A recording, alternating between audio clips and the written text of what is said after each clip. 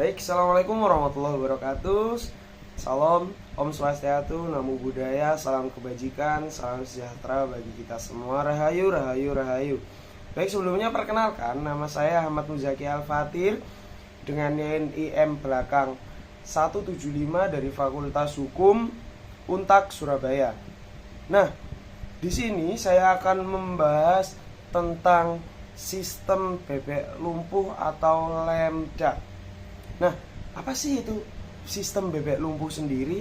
Sistem bebek lumpuh atau lemdak merupakan sebuah hal. Kalau kali ini kita akan membahas untuk yang merujuk di politiknya. Jadi dalam politik ini merujuk pada periode transisi ketika pejabat yang sedang menjabat telah kehilangan legitimasi politiknya karena penerusnya yang telah terpilih tetapi belum resmi mengambil alih jabatan. Jadi si pejabat ini tadi itu kehilangan kekuasaannya. Oke. Jadi kekuasaannya ini melemah, gitu katakanlah seperti itu. Dalam masa ini pejabat seringkali memiliki pengaruh yang lebih lemah dalam pemerintahan dan politik. Istilah ini pertama kali muncul di Amerika Serikat pada abad ke-18 yang awalnya terkait dengan dunia keuangan sebelum berkembang menjadi metafora politik. Oke, kemudian kita lanjut untuk di definisi dan karakteristik sendiri. Sebelumnya kita sudah dibahas definisi sedikit di atas apa sih lemdak tadi itu. Cuman kita bahas lagi di bawahnya asal usul. Nah, asal usul dan makna politiknya. Istilah lemdak berasal dari frasa Inggris yang menggambarkan bebek yang sedang terluka dan tidak mampu bergerak secara efektif. Itu yang dimaksud. Kemudian diistilahkan dalam politik yang mengacu pada pejabat yang kekuasaannya pincang karena tadi itu karena masa jabatannya hampir berakhir atau penerusnya sudah ditetapkan. Istilah lemdak sendiri ini sering dianggap sebagai hal yang biasanya menimpa oleh para politisi-politisi yang kehilangan kekuasaannya. Nah, untuk karakteristik daripada sistem bebek lumpuh ini sendiri, yang pertama ialah penurunan pengaruh politik.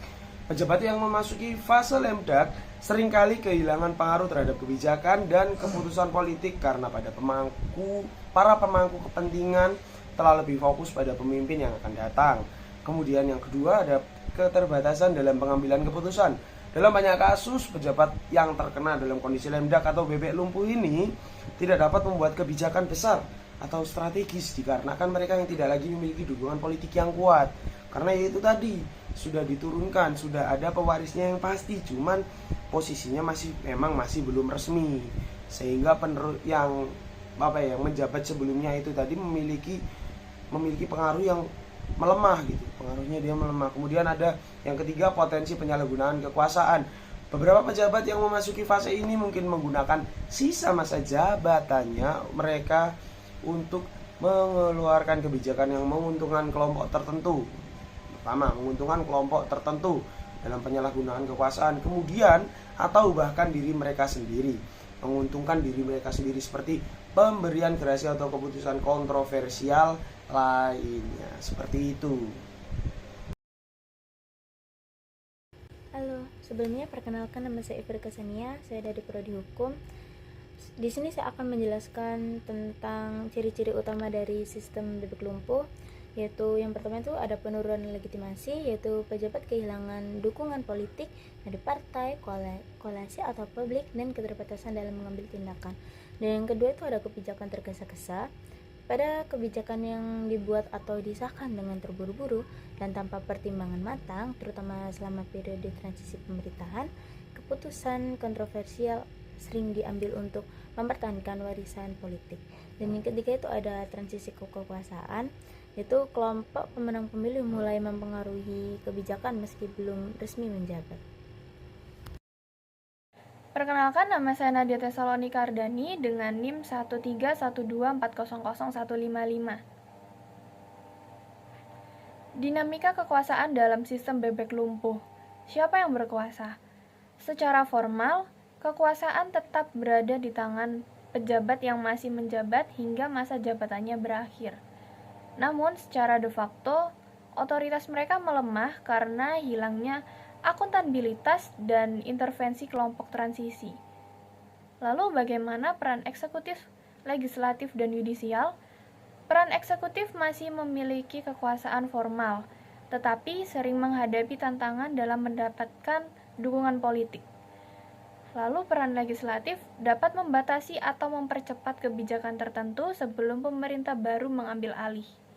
Lalu yang terakhir ada peran yudisial, tetap independen tetapi keputusan yang diambil selama periode ini dapat berdampak besar. Halo, perkenalkan nama saya Gerald Gedama dengan NIM 13124 Pada kesempatan kali ini saya akan memberikan contoh sistem bebek lumpuh yang ada di Indonesia. Untuk contoh yang pertama, yaitu ada masa akhir kepresidenan Joko Widodo. Lebih tepatnya pada tahun 2023 sampai 2024. Jokowi kerap dikritik memasuki fase lame duck atau bebek lumpuh. Setelah Partai Demokrasi Indonesia atau PDIP, partai pengusungnya kalah dalam pemilu 2024. Beberapa indikatornya meliputi indikator yang pertama yaitu melemahnya dukungan parpol. PDIP dan partai koalisi lain mulai beralih fokus ke kepentingan pasca jatuhnya Jokowi. Kemudian indikator yang kedua ada pembahasan RUU kontroversial. DPR pada periode 2019 sampai 2024 mengesahkan revisi UU KPK dan UU Cipta Kerja di akhir masa jabatan, yang dianggap tidak melibatkan partisipasi publik memadai. Kemudian indikator yang terakhir yaitu upaya konsolidasi relawan. Jokowi menggelar acara Relawan Nusantara Bersatu untuk mempertahankan basis pendukung jelang akhir jabatannya. Lanjut ke contoh yang kedua yaitu transisi SBY ke Jokowi yang terjadi pada tahun 2014. Presiden Susilo Bambang Yudhoyono atau yang lebih dikenal sebagai Presiden SBY dari Partai Demokrat dianggap sebagai bebek lumpuh setelah kandidat oposisi menang Pilpres 2024. Setelah Jokowi, kandidat oposisi menang Pilpres 2014. SBY dianggap tidak mampu untuk mengontrol kebijakan strategis karena parlemen didominasi koalisi pendukung Jokowi. Fenomena ini memperlihatkan bagaimana kekuasaan eksekutif bisa tumpul ketika partai pengusungnya kehilangan dominasi legislatif. Fenomena legislasi di masa bebek lumpuh. Selama masa bebek lumpuh, DPR periode 2019 hingga 2024 menunjukkan peningkatan aktivitas legislasi yang signifikan. Sebanyak 43 RUU dibahas bersama pemerintah dalam kurun waktu 4 bulan. Meskipun sebelumnya hanya 18 UU disahkan pada 2023 dan 32 UU pada 2022. Beberapa RUU yang dibahas bahkan tidak masuk dalam Prolegnas 2020 hingga 2024, seperti revisi UU nomor 39 tahun 2008 tentang Kementerian Negara. Fenomena ini menimbulkan kekhawatiran karena anggota DPR yang tidak terpilih kembali tetap memiliki kewenangan untuk membahas dan mengesahkan RUU, meskipun legitimasi mereka dipertanyakan.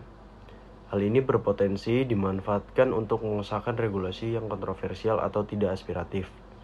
Kritik terhadap kinerja DPR 2019 hingga 2024 secara keseluruhan, kinerja legislasi DPR periode 2019 hingga 2024 mendapat kritik tajam. Forum Masyarakat Peduli Parlemen Indonesia atau Formapi mencatat bahwa dari 264 RUU dalam prolegnas hanya 27 yang berhasil disahkan, mencerminkan tingkat penyelesaian hanya sekitar 10,26%. Beberapa UU yang disahkan juga dinilai kontroversial dan kurang melibatkan partisipasi publik seperti UU Cipta Kerja yang dinyatakan inkonstitusional bersyarat oleh Mahkamah Konstitusi. Fenomena lame duck terjadi ketika seorang pejabat, yaitu biasanya presiden, gubernur, atau kepala daerah, sudah dipastikan akan segera meninggalkan jabatannya, entah karena masa jabatan habis, kalah pemilu, atau tidak mencalonkan lagi. Karena sudah di ujung masa jabatan, kekuasaan dan pengaruh politiknya cenderung melemah. Kebijakan tidak akuntabel dalam situasi lemdak sering muncul karena 1.